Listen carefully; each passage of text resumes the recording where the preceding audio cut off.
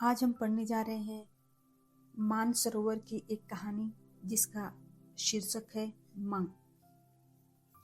आज बंदी छूटकर घर आ रहा है। करुणा ने एक दिन पहले ही घर लीप पोत कर रखा था। इन 3 वर्षों में उसने कठिन तपस्या करके जो 10-5 रुपए जमा कर रखे थे वह सब पति के सत्कार और स्वागत की तैयारियों में खर्च कर दिए।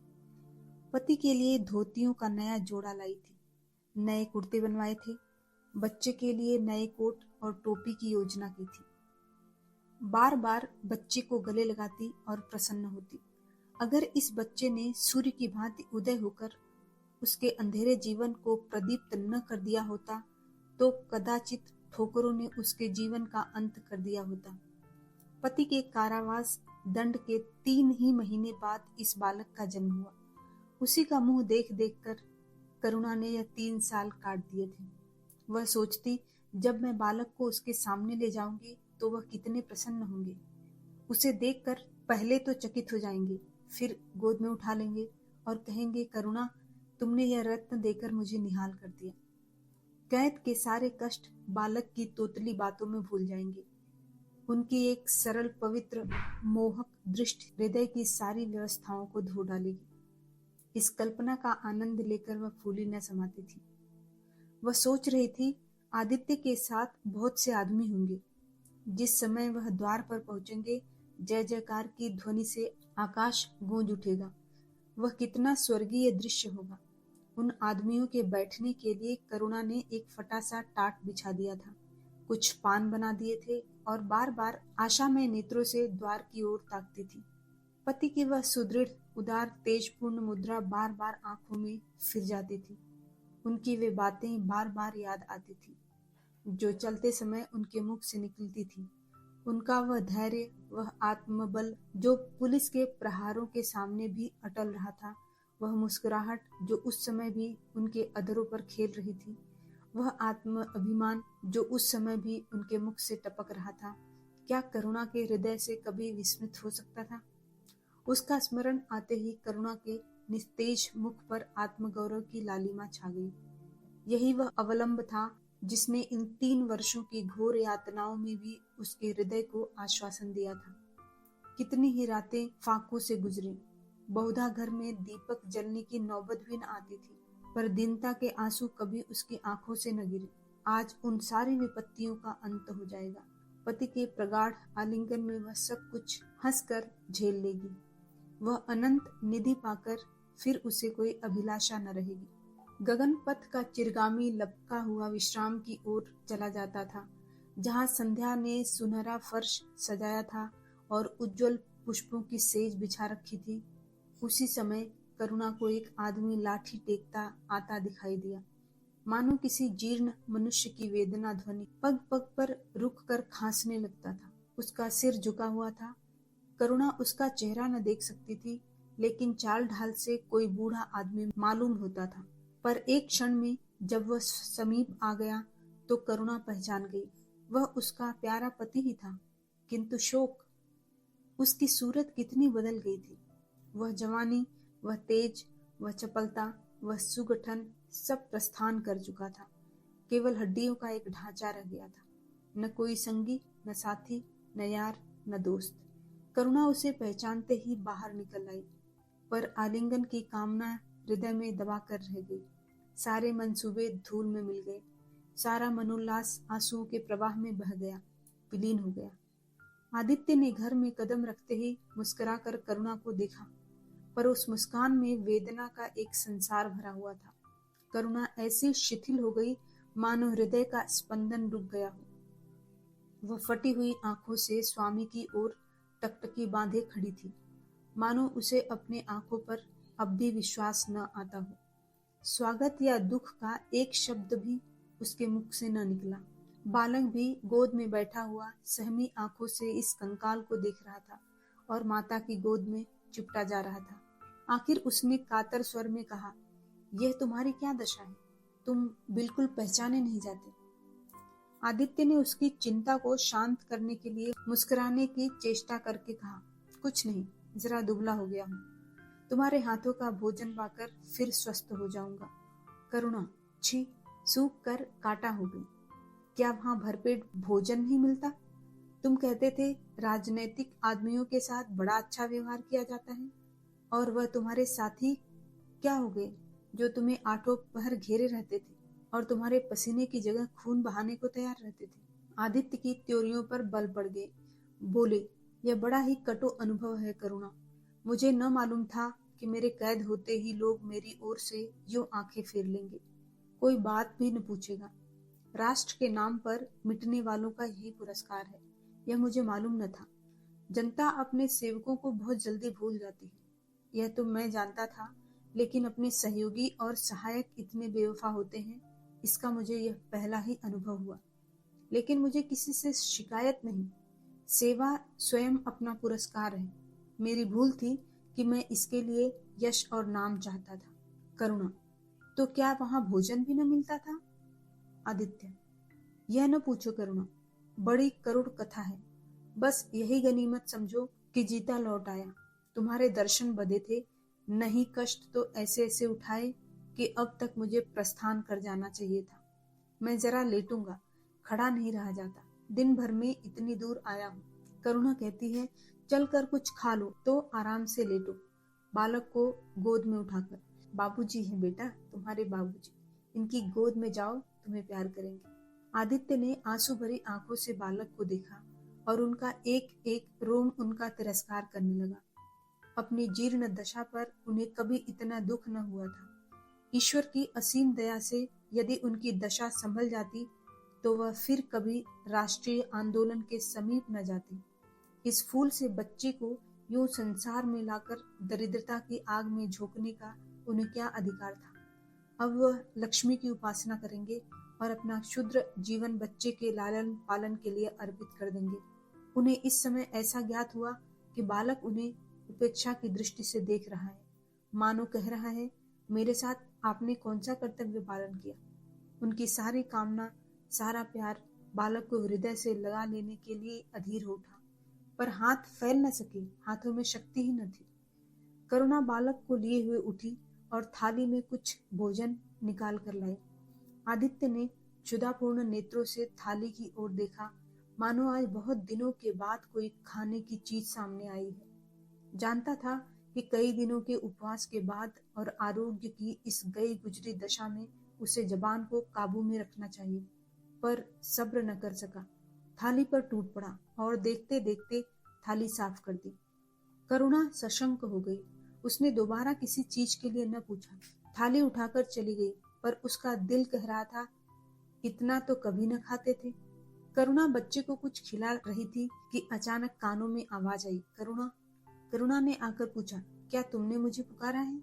आदित्य का चेहरा पीला पड़ गया था और सांसें जोर जोर से चल रही थी। हाथों के सहारे वही टाट पर लेट गए थे। करुणा उनकी यह हालत देखकर घबरा गई। बोली, जाकर किसी वैद्य को बुला लाऊं? आदित्य ने हाथ के इशारे से उसे मना करके कहा, व्यर्थ है करुणा, अब तुमसे छिपाना व्यर्थ है। मुझे तपेदिक हो गया है, कई बार मरते मरते बचा हूँ। तुम लोगों के दर्शन बदे थे, इसलिए प्राण न निकलते थे। देखो प्रिय, रो मत। करुणा ने सिसकियों को दबाते हुए कहा, मैं वैद्य को लेकर अभी आती हूँ। आदित्य ने फिर से रिलाया, नहीं करुणा, केवल मेरे पास बैठी रहो। अब किसी से कोई और आशा नहीं है। डॉक्टरों ने जवाब दे दिया है।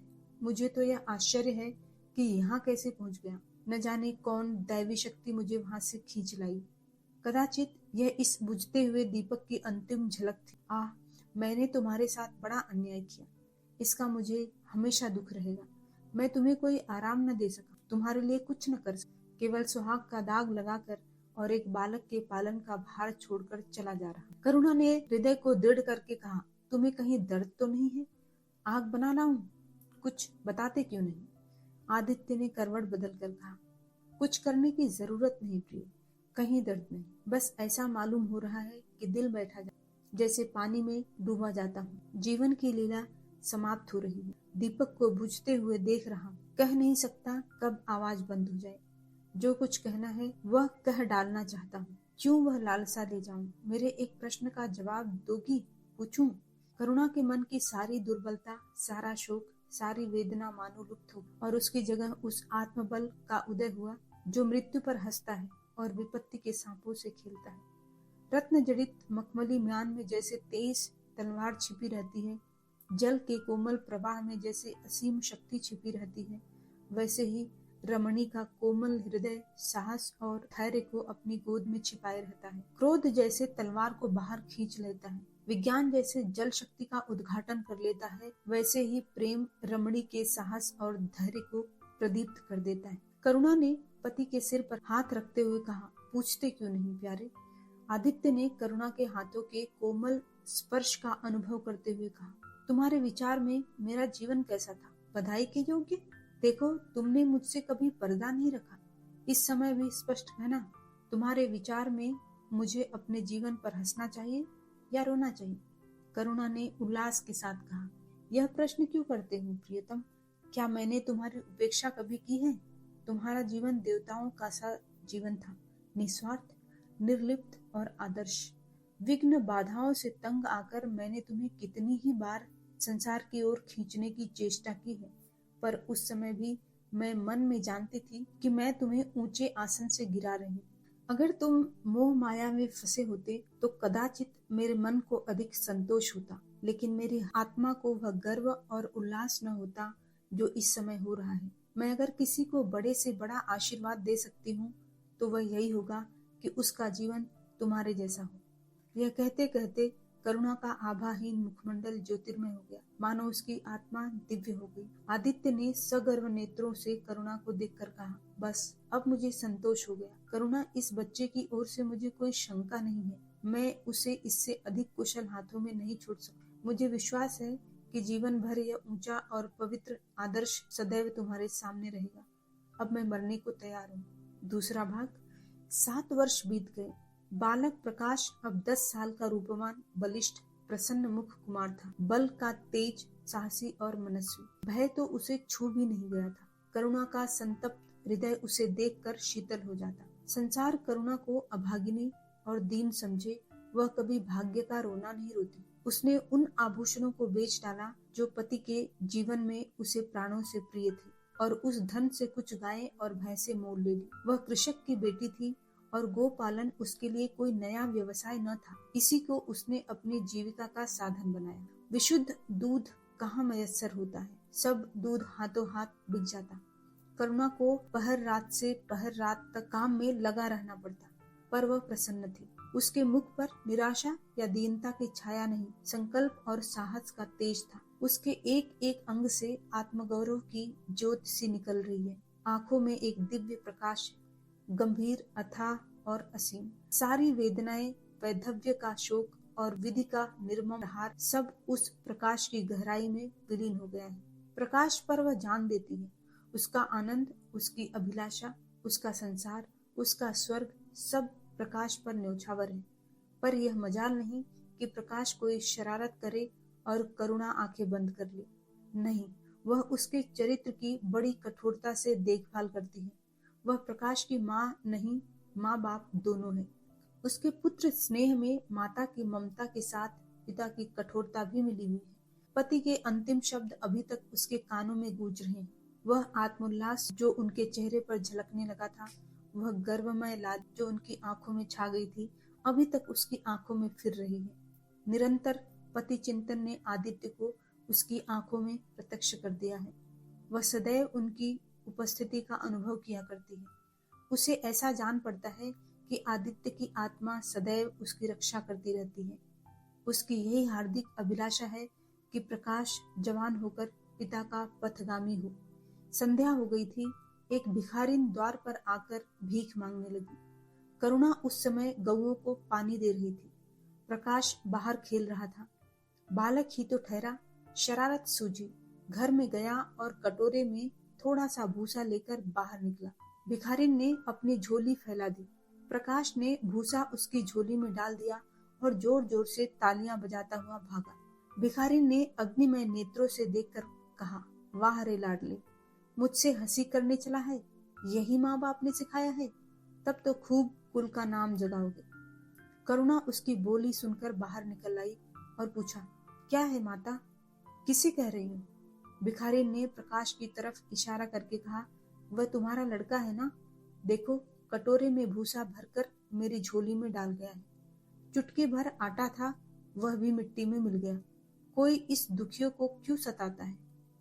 सबके दिन एक से नहीं रहते। आदमी को घमंड न करना चाहिए। करुणा ने कठोर स्वर में पुकारा, प्रकाश। प्रकाश लज्जित न हुआ, अभिमान से सिर उठाए हुए आया और बोला, वह हमारे घर भीख क्यों मांगने आई है? कुछ काम क्यों नहीं करती? करुणा ने उसे समझाने की चेष्टा करके कहा, शर्म नहीं आती? उल्टे और आंख दिखाते हो। प्रकाश, शर्म क्यों आए? यह क्यों रोज भीख मांगने आती है? हमारे यहाँ क्या कोई चीज मुफ्त आती है? करुणा, तुम्हें कुछ न देना था तो सीधे से कह देते, जाओ। तुमने यह शरारत क्यों की? प्रकाश, उनकी आदत कैसे छूटती? करुणा ने बिगड़ कर कहा, तुम अब पिटोगे मेरे हाथों। प्रकाश, पिटूंगा क्यों? आप जबरदस्ती पीटेंगी। दूसरे मुल्कों में अगर कोई भीख मांगे तो कैद कर लिया जाए, यह नहीं कि उल्टे भिखमंगों को और शह दी जाए। करुणा, जो अपंग है वह कैसे काम करे? प्रकाश, तो जाकर डूब मरे, जिंदा क्यों रहती है? करुणा निरुत्तर हो गई। बुढ़िया को तो उसने आटा दाल देकर विदा किया, किंतु प्रकाश का कुतर्क उसके हृदय में फोड़े के समान टीसता रहा। उसने यह धृष्टता, यह अभिनय कहाँ सीखी? रात को भी उसे बार बार यही ख्याल सताता रहा। आधी रात के समीप एकाएक प्रकाश की नींद टूटी। लालटेन जल रही है और करुणा बैठी रो रही है। उठ बैठा और बोला, अम्मा, अभी तुम सोई नहीं? करुणा ने मुंह फेर कर कहा, नींद नहीं आई। तुम कैसे जाग गए? प्यास तो नहीं लगी है? प्रकाश, नहीं अम्मा, न जाने क्यों आंख खुल गई। मुझसे आज बड़ा अपराध हुआ। करुणा ने उसके मुख की ओर स्नेह के नेत्रों से देखा। प्रकाश, मैंने आज बुढ़िया के साथ बड़ी नटखट की, मुझे क्षमा करो, फिर कभी ऐसी शरारत न करूंगा। यह कहकर रोने लगा। करुणा ने स्नेहार्द होकर उसे गले लगा लिया और उसके कपोलों का चुंबन करके बोली, बेटा, मुझे खुश करने के लिए कह रहे हो या तुम्हारे मन में सचमुच पछतावा हो रहा है? प्रकाश ने सिसकते हुए कहा, नहीं अम्मा, मुझे दिल से अफसोस हो रहा है। अब की बार वह बुढ़िया आएगी ना तो मैं उसे बहुत से पैसे दूंगा। करुणा का हृदय मतवाला हो गया। ऐसा जान पड़ा आदित्य सामने खड़े बच्चे को आशीर्वाद दे रहे हैं और कह रहे हैं, करुणा, क्षोभ मत कर, प्रकाश अपने पिता का नाम रोशन करे, तेरी संपूर्ण कामना पूरी हो जाएगी। भाग 3। लेकिन प्रकाश के कर्म और वचन में मेल न था और दिनों के साथ उसके चरित्र का अंग प्रत्यक्ष होता जाता था।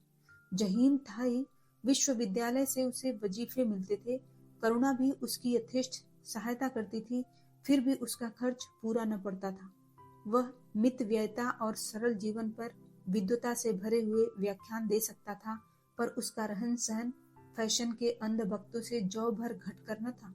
प्रदर्शन की धुन उसे हमेशा सवार रहती थी। उसके मन और बुद्धि में निरंतर द्वंद्व होता रहता था। मन जाति की ओर था, बुद्धि अपनी ओर। बुद्धि मन को दबाए रहती थी, उसके सामने मन की एक न चलती थी। जाति सेवा ऊसर की खेती है, वहाँ बड़े से बड़ा उपहार जो मिल सकता है वह है गौरव और यश, पर वह भी स्थायी नहीं, इतना अस्थिर कि क्षण में जीवन भर की कमाई पर पानी फिर सकता है। अतएव उसका अंतःकरण अनिवार्य वेग के साथ विलासमय जीवन की ओर झुकता था, यहाँ तक कि धीरे धीरे उसे त्याग और निग्रह से घृणा होने लगी। वह दुर्वस्था और दरिद्रता को हेय समझता था। उसके हृदय न था, भाव न थे, केवल मस्तिष्क था। मस्तिष्क में दर्द कहाँ, वहां तो तर्क है, मंसूबे हैं। सिंध में बाढ़ आई, हजारों आदमी तबाह हो गए। विद्यालय ने वहां एक सेवा समिति भेजी। प्रकाश के मन में द्वंद्व होने लगा, जाऊं या न जाऊं। इतने दिनों अगर वह परीक्षा की तैयारी करे तो प्रथम श्रेणी में पास हो। चलते समय उसने बीमारी का बहाना बना दिया। करुणा ने लिखा, तुम सिंध न गए, इसका मुझे दुख है। तुम बीमार रहते हुए भी वहां जा सकते थे। समिति में चिकित्सक भी तो थे। प्रकाश ने पत्र का उत्तर न दिया। उड़ीसा में अकाल पड़ा, प्रजा मक्खियों की तरह मरने लगी। कांग्रेस ने पीड़ितों के लिए एक मिशन तैयार किया। उन्हीं दिनों विद्यालयों ने इतिहास के छात्रों को ऐतिहासिक खोज के लिए लंका भेजने का निश्चय किया। करुणा ने प्रकाश को लिखा, तुम उड़ीसा जाओ, किंतु प्रकाश लंका जाने के लिए लालायित था। वह कई दिन इसी दुविधा में रहा। अंत में सिलोन ने उड़ीसा पर विजय पाई। करुणा ने अब की उसे कुछ न लिखा, चुपचाप रोती रही। सिलोन से लौटकर प्रकाश छुट्टियों में घर गया। करुणा उससे खिंची खिंची रहती। प्रकाश मन में लज्जित हुआ और संकल्प किया कि अब की कोई अवसर आया तो अम्मा को अवश्य प्रसन्न करूंगा। यह निश्चय करके वह विद्यालय लौटा, लेकिन यहाँ आते ही फिर परीक्षा की फिक्र सवार हो गई। यहाँ तक कि परीक्षा के दिन आ गए, मगर इम्तिहान से फुर्सत पाकर भी प्रकाश घर न गया। विद्यालय के एक अध्यापक कश्मीर सैर करने जा रहे थे। प्रकाश उन्हीं के साथ कश्मीर चल खड़ा हुआ। जब परीक्षा फल निकला और प्रकाश प्रथम आया, तब उसे घर की याद आई। उसने तुरंत करुणा को पत्र लिखा और अपने आने की सूचना दी। माता को प्रसन्न करने के लिए उसने 2-4 शब्द जाति सेवा के विषय में भी लिखे। अब मैं आपकी आज्ञा का पालन करने को तैयार हूँ। मैंने शिक्षा संबंधी कार्य करने का निश्चय किया है। इसी विचार से मैंने यह विशिष्ट स्थान प्राप्त किया है। हमारे नेता भी तो विद्यालयों के आचार्यों का ही सम्मान करते हैं। अभी वह इन उपाधियों के मोह से मुक्त नहीं हुए हैं। हमारे नेता भी योग्यता, सदुत्साह, लगन का उतना सम्मान नहीं करते जितना उपाधियों का। अब मेरी इज्जत करेंगे और जिम्मेदारी का काम सौंपेंगे, जो पहले मांगे भी न मिलता। करुणा की आस फिर बधी। भाग 4। विद्यालय खुलते ही प्रकाश के नाम रजिस्ट्रार का पत्र पहुंचा। उन्होंने प्रकाश का इंग्लैंड जाकर विद्याभ्यास करने के लिए सरकारी वजीफे की मंजूरी की सूचना दी थी। प्रकाश पत्र हाथ में लिए हर्ष के उन्माद में जाकर माँ से बोला, अम्मा, मुझे इंग्लैंड जाकर पढ़ने के लिए सरकारी वजीफा मिल गया। करुणा ने उदासीन भाव से पूछा, तो तुम्हारा क्या इरादा है? प्रकाश, मेरा इरादा? ऐसा अवसर पाकर भला कौन छोड़ता है? करुणा, तुम तो स्वयं सेवकों में भर्ती होने जा रहे थे। प्रकाश, तो आप समझती हैं स्वयं सेवक बन जाना ही जाति सेवा है? मैं इंग्लैंड से आकर भी तो सेवा कार्य कर सकता हूँ। और अम्मा, सच पूछो तो एक मजिस्ट्रेट अपने देश का जितना उपकार कर सकता है, उतना 1000 स्वयं सेवक मिलकर भी नहीं कर सकते। मैं तो सिविल सर्विस की परीक्षा में बैठूंगा और मुझे विश्वास है कि सफल हो जाऊंगा। करुणा ने चकित होकर पूछा, तो क्या तुम मजिस्ट्रेट हो जाओगे? प्रकाश, सेवा भाव रखने वाला एक मजिस्ट्रेट कांग्रेस के 1000 सभापतियों से ज्यादा उपकार कर सकता है। अखबारों में उसकी लंबी लंबी तारीफें न छपेंगी, उसकी वक्तृताओं पर ताली न बजेंगी, जनता उसके जुलूस की गाड़ी न खींचेगी और न विद्यालयों के छात्र उसको अभिनंदन पत्र देंगे। पर सच्ची सेवा मजिस्ट्रेट ही कर सकता है। करुणा ने आपत्ति के भाव से कहा, लेकिन यही मजिस्ट्रेट तो जाति के सेवकों को सजाए देते हैं, उन पर गोलियां चलाते हैं। प्रकाश, अगर मजिस्ट्रेट के हृदय में परोपकार का भाव है तो वह नरमी से वही काम करता है जो दूसरे गोलियां चलाकर भी नहीं कर सकते। करुणा, मैं यह नहीं मानूंगी। सरकार अपने नौकरों को इतनी स्वाधीनता नहीं देती, वह एक नीति बना देती है और हर एक सरकारी नौकर को उसका पालन करना पड़ता है। सरकार की पहली नीति यह है कि वह दिन दिन अधिक संगठित और दृढ़ हो। इसके लिए स्वाधीनता के भाव का दमन करना जरूरी है। अगर कोई मजिस्ट्रेट इस नीति के विरुद्ध काम करता है तो वह मजिस्ट्रेट न रहेगा। वह हिंदुस्तानी था जिसने तुम्हारे बाबूजी को जरा सी बात पर 3 साल की सजा दे दी। इसी सजा ने उनके प्राण लिए। बेटा, मेरी इतनी बात मानो, सरकारी पदों पर न गिरो। मुझे यह मंजूर है कि तुम मोटा खाकर और मोटा पहनकर देश की कुछ सेवा करो। इसके बदले कि तुम हाकिम बन जाओ और शान से जीवन बिताओ। यह समझ लो कि जिस दिन तुम हाकिम की कुर्सी पर बैठोगे, उस दिन से तुम्हारा दिमाग हकीमों का सा हो जाएगा। तुम यही चाहोगे कि अफसरों में तुम्हारी नेकनामी और तरक्की हो। एक गंवारू मिसाल लो। लड़की जब तक मायके में कुंवारी रहती है, वह अपने को उसी घर की समझती है, लेकिन जिस दिन ससुराल चली जाती है, वह अपने घर को दूसरों का घर समझने लगती है। माँ बाप, भाई बहन सब वही रहते हैं, लेकिन वह घर अपना नहीं रहता। यही दुनिया का दस्तूर है। प्रकाश ने खींच कर कहा, तो क्या आप ये चाहती हैं कि मैं जिंदगी भर चारों तरफ ठोकरें खाता फिरूं? करुणा कठोर नेत्रों से देखकर बोली, अगर ठोकर खाकर आत्मा स्वाधीन रह सकती है तो मैं कहूंगी ठोकर खाना अच्छा है। प्रकाश ने निश्चयात्मक भाव से पूछा, तो आपकी यही इच्छा है? करुणा ने उसी स्वर में उत्तर दिया, हाँ, मेरी यही इच्छा है। प्रकाश ने कुछ जवाब न दिया, उठकर बाहर चला गया और तुरंत रजिस्ट्रार को इनकारी पत्र लिख भेजा। मगर उसी क्षण से मानो उसके सिर पर विपत्ति ने आसन जमा लिया। विरक्त और विमन अपने कमरे में पड़ा रहता, न कहीं घूमने जाता, न किसी से मिलता, मुंह लटकाए भीतर आता और फिर बाहर चला जाता। यहाँ तक महीना गुजर गया, न चेहरे पर वह लाली रही, न वह ओज। आंखें अनाथों के मुख की भांति याचना से भरी हुई, होंठ हंसना भूल गए, मानो उन इनकारी पत्र के साथ उसकी सारी सजीवता और चपलता, सारी सरलता विदा हो गई। करुणा उसके मनोभाव समझती थी और उसके शोक को भुलाने की चेष्टा करती थी, पर रूठे देवता प्रसन्न न होते थे। आखिर एक दिन उसने प्रकाश से कहा, बेटा, अगर तुमने विलायत जाने की ठान ही ली है तो चले जाओ, मना न करूंगी। मुझे खेद है कि मैंने तुम्हें रोका। अगर मैं जानती कि तुम्हें इतना आघात पहुंचेगा तो कभी न रोकती। मैंने तो केवल इस विचार से रोका था कि तुम्हें जाति सेवा में मग्न देखकर तुम्हारे बाबूजी की आत्मा प्रसन्न होगी। उन्होंने चलते समय यही वसीयत की थी। प्रकाश ने रुखाई से जवाब दिया, अब क्या जाऊंगा, इनकारी खत लिख चुका। मेरे लिए कोई अब तक बैठा थोड़ा ही होगा, कोई दूसरा लड़का चुन लिया गया होगा। और फिर करना ही क्या है? जब आपकी मर्जी है कि गांव गांव की खाक छानता फिरूं तो वही सही। करुणा का गर्व चूर चूर हो गया। इस अनुमति से उसने बाधा का काम लेना चाहा था, पर सफल न हुई। बोली, अभी कोई न चुना गया होगा, लिख दो, मैं जाने को तैयार हूँ।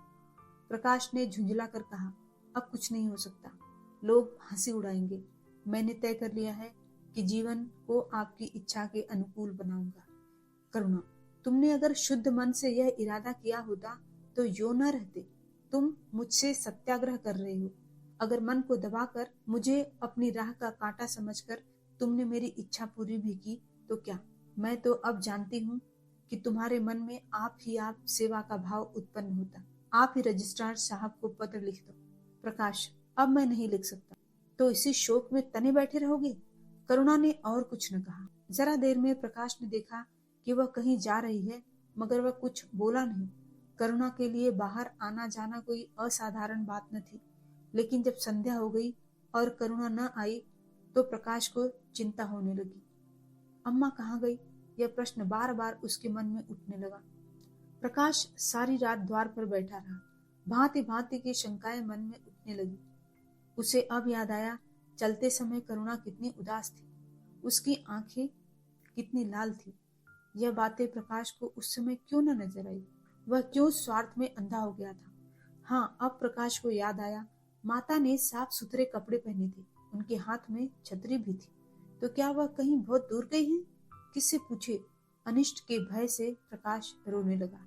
श्रावण की अंधेरी भयानक रात थी। आकाश में श्याम मेघमालाएं भीषण स्वप्न की भांति छाई हुई थी। प्रकाश रह रहकर आकाश की ओर देखता था, मानो करुणा उन्हीं मेघमालाओं में छिपी बैठी।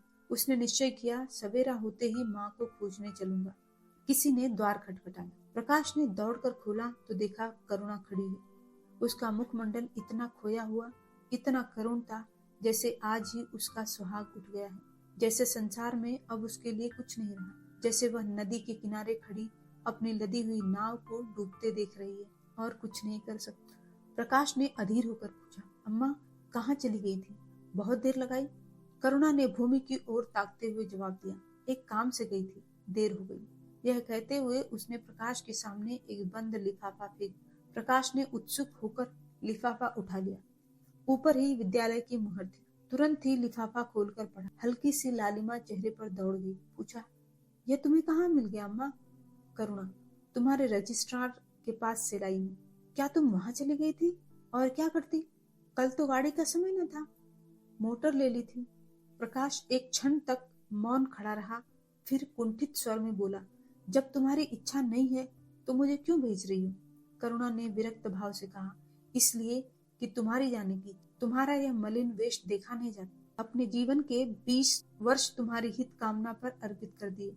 अब तुम्हारी महत्वाकांक्षा की हत्या नहीं कर सकती। तुम्हारी यात्रा सफल हो, यही हमारी हार्दिक अभिलाषा। करुणा का कंठ रुंध गया और वह कुछ न कह सकी। भाग 5। प्रकाश उसी दिन से यात्रा की तैयारियां करने लगा। करुणा के पास जो कुछ था वह सब खर्च हो गया। कुछ ऋण भी लेना पड़ा। नए सूट बने, सूटकेस लिए गए। प्रकाश अपनी धुन में मस्त था। कभी किसी चीज की फरमाइश लेकर आता, कभी किसी चीज का। करुणा इस एक सप्ताह में इतनी दुर्बल हो गई है, उसके बालों पर कितनी सफेदी आ गई है, चेहरे पर कितनी झुर्रियां पड़ गई है, यह उसे कुछ न नजर आता। उसकी आंखों में इंग्लैंड के दृश्य समाये हुए थे। महत्वाकांक्षा आंखों पर पर्दा डाल देती है। प्रस्थान का दिन आया। आज कई दिनों बाद धूप निकली थी। करुणा स्वामी के पुराने कपड़ों को बाहर निकाल रही थी। उनकी गाढ़े की चादरें, खद्दर के कुर्ते, पाजामे और लिहाफ अभी तक संदूक में संचित थे। प्रतिवर्ष वे धूप में सुखाए जाते और झाड़ पोंछकर रख दिए जाते थे। करुणा ने आज फिर उन कपड़ों को निकाला, मगर सुखाकर रखने के लिए नहीं, गरीबों में बांट देने के लिए। वह आज पति से नाराज है। वह लुटिया, डोर और घड़ी जो आदित्य की चिर संगनी थी और जिनकी 20 वर्ष से करुणा ने उपासना की थी, आज निकाल कर आंगन में फेंक दी गई। वह झोली जो बरसों आदित्य के कंधों पर आरूढ़ रह चुकी थी, आज कूड़े में डाल दी गई। वह चित्र जिसके सामने 20 वर्ष से करुणा सिर झुकाती थी, आज वही निर्दयता से भूमि पर डाल दिया गया। पति का कोई स्मृति चिन्ह वह अपने घर में नहीं रखना चाहती। उसका अंतःकरण शोक और निराशा से विदीर्ण हो गया है और पति के सिवा वह किस पर क्रोध उतारे? कौन उसका अपना है? वह किससे अपनी व्यथा कहे, किसे अपनी छाती चीर कर दिखाए? वह होते तो क्या आज प्रकाश दासता की जंजीर गले में डालकर फूला न समाता? उसे कौन समझाए कि आदित्य भी इस अवसर पर पछताने के सिवा और कुछ न कर सकता। प्रकाश के मित्रों ने आज उसे विदाई का भोज दिया था। वहां से वह संध्या समय कई मित्रों के साथ मोटर पर लौटा। सफर का सामान मोटर पर रख दिया गया। तब तक अंदर आकर माँ से बोला, अम्मा जाता हूँ, बम्बई पहुंचकर पत्र लिखूंगा। तुम्हें मेरी कसम, रोना मत और मेरे खतों का जवाब बराबर देना। जैसे किसी लाश को बाहर निकालते समय संबंधियों का धैर्य छूट जाता है, रुके हुए आंसू निकल पड़ते हैं और शोक की तरंगे उठने लगती है, वही दशा करुणा की हुई। कलेजे में एक हाहाकार हुआ जिसने उसकी दुर्बल आत्मा के एक एक अणु को कंपा दिया। मालूम हुआ पांव पानी से फिसल गया है और वह लहरों में बही जा रही है। उसके मुख से शोक या आशीर्वाद का एक शब्द भी न निकला। प्रकाश ने उसके चरण छुए, अश्रु जल से माता के चरणों को पखारा, फिर बाहर चला। करुणा पाषाण मूर्ति की भांति खड़ी थी। सहसा ग्वाले ने आकर कहा, बहूजी भैया चले गए, बहुत रोते थे। तब करुणा की समाधि टूटी। देखा सामने कोई नहीं है। घर में मृत्यु का सा सन्नाटा छाया हुआ है और मानो हृदय की गति बंद हो गई। सहसा करुणा की दृष्टि ऊपर उठ गई। उसने देखा कि आदित्य अपनी गोद में प्रकाश की निर्जीव देह लिए खड़े हो रहे हैं। करुणा पछाड़ खाकर गिर पड़ी। भागचन। करुणा जीवित थी, पर संसार से उसका कोई नाता न था। उसका छोटा सा संसार, जिसे उसने अपनी कल्पनाओं के हृदय में रचा था, स्वप्न की भांति अनंत में विलीन हो गया। जिस प्रकाश को सामने देखकर वह जीवन की अंधेरी रात में भी हृदय में आशाओं की संपत्ति लिए जी रही थी, वह बुझ गया और संपत्ति लुट गई। अब न कोई आश्रय था और न उसकी जरूरत। जिन गौओं को वह दोनों वक्त अपने हाथों से दाना चारा देती और सहलाती थी, वे अब खूंटे पर बंधे निराश नेत्रों से द्वार की ओर ताकती रहती थी। बछड़ों को गले लगाकर पुचकारने वाला अब कोई न था, जिसके लिए दूध दुहे मट्ठा निकाले। खाने वाला कौन था? करुणा ने अपने छोटे से संसार को अपने ही अंदर समेट लिया था, किंतु एक ही सप्ताह में करुणा के जीवन ने फिर रंग बदला। उसका छोटा सा संसार फैलते फैलते विश्वव्यापी हो गया। जिस लंगर ने नौका को तट से एक केंद्र पर बांध रखा था, वह उखड़ गया। अब नौका सागर के अशेष विस्तार में भ्रमण करेगी, चाहे वह उद्दाम तरंगों के वक्ष में ही क्यों न विलीन हो जाए। करुणा द्वार पर आ बैठती और मोहल्ले भर के लड़कों को जमा करके दूध पिलाती। दोपहर तक मक्खन निकालती और वह मक्खन मोहल्ले के लड़के खाते। फिर भांति भांति के पकवान बनाती और कुत्तों को खिलाती। अब यही उसका नित्य का नियम हो गया। चिड़िया, कुत्ते, बिल्लियां, चींटे, चींटियां सब अपने हो गए। प्रेम का वह द्वार अब किसी के लिए बंद न था। उस अंगुल भर जगह में जो प्रकाश के लिए भी काफी न थी, अब समस्त संसार समा गया था। एक दिन प्रकाश का पत्र आया। करुणा ने उसे उठाकर फेंक दिया। थोड़ी देर के बाद उसे उठाकर फाड़ डाला और चिड़ियों को दाना चुगाने लगी। मगर जब निशा योगिनी ने अपनी धूनी जलाई और वेदनाएं उससे वरदान मांगने के लिए विकल होकर चली, तो करुणा की मनोवेदना भी सजग हो उठी। प्रकाश का पत्र पढ़ने के लिए उसका मन व्याकुल हो उठा। उसने सोचा, प्रकाश मेरा कौन है? मेरा उससे क्या प्रयोजन है? हाँ, प्रकाश मेरा कौन है? हाँ, प्रकाश मेरा कौन है? हृदय ने उत्तर दिया, प्रकाश तेरा सर्वस्व है। वह तेरे उस अमर प्रेम की निशानी है जिससे तू सदैव के लिए वंचित हो गई। वह तेरे प्राण है, तेरे जीवन दीपक का प्रकाश, तेरी वंचित कामनाओं का माधुर्य, तेरे अश्रुजल में विहार करने वाला हंस। करुणा उस पत्र के टुकड़ों को जमा करने लगी, मानो उसके प्राण बिखर गए हों। एक एक टुकड़ा उसे अपने खोए हुए प्रेम का एक पदचिन्ह सा मालूम होता था। जब सारे पुर्जे जमा हो गए तो करुणा दीपक के सामने बैठकर उसे जोड़ने लगी, जैसे कोई वियोगी हृदय प्रेम के टूटे हुए तारों को जोड़ रहा हो। हाय रे ममता, वह अभागिन सारी रात उन पुर्जों को जोड़ने में लगी रही। पत्र दोनों ओर लिखा, इसलिए पुर्जों को ठीक स्थान पर रखना और भी कठिन था। कोई शब्द, कोई वाक्य बीच में गायब हो जाता। उस एक टुकड़े को वह फिर खोजने लगती। सारी रात बीत गई पर पत्र अभी तक अपूर्ण था। दिन चढ़ाया, मोहल्ले के लौंडे मक्खन और दूध की चाह में एकत्र हो गए। कुत्तों और बिल्लियों का आगमन हुआ। चिड़िया आ आकर आंगन में फुदकने लगी। कोई ओखली पर बैठी, कोई तुलसी के चौतरे पर करुणा को सिर उठाने तक की फुर्सत नहीं। दोपहर हुआ, करुणा ने सिर न उठाया।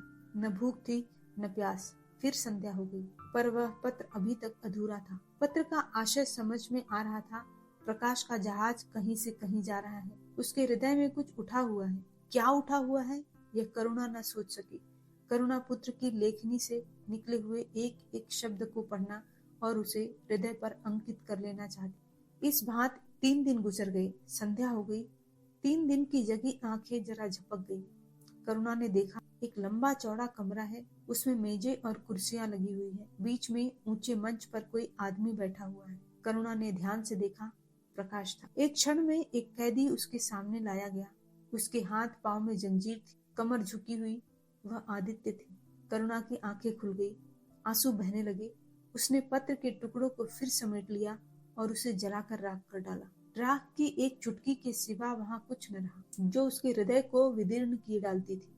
इसी एक चुटकी राख में उसका गुड़ियों वाला बचपन, उसका संतप्त यौवन और उसका तृष्णामय वैधव्य सब समा गया। प्रातःकाल लोगों ने देखा, पक्षी पिंजरे से उड़ चुका था। आदित्य का चित्र अब भी उसके शून्य हृदय से चिपटा हुआ था। भग्न हृदय पति की स्नेह स्मृति में विश्राम कर रहा था और प्रकाश का जहाज यूरोप चला जा रहा था।